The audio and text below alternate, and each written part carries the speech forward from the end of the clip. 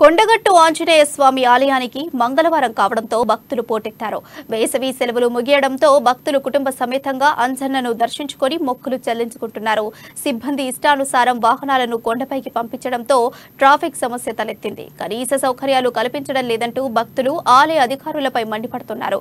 కేసీఆర్ కోట్ల నిధులు ప్రకటించినా అభివృద్ధి పనులు జరగడం లేదని జగిత్యాల నియోజకవర్గం బీజేపీ నేత శైలేందర్ రెడ్డి డిమాండ్ చేశారు.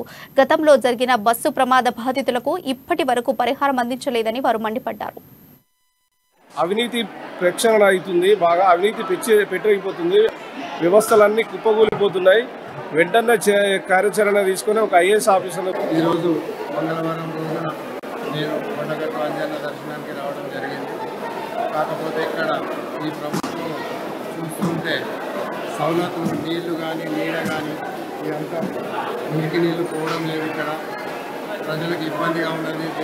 దూర ప్రాంతాల నుంచి వస్తున్నారు, హైదరాబాద్ నుంచి అక్కడి నుంచి ప్లేసెస్ నుంచి వస్తున్నారు. కాబట్టి వారికి ఈ ప్రముఖ పుణ్యక్షేత్రం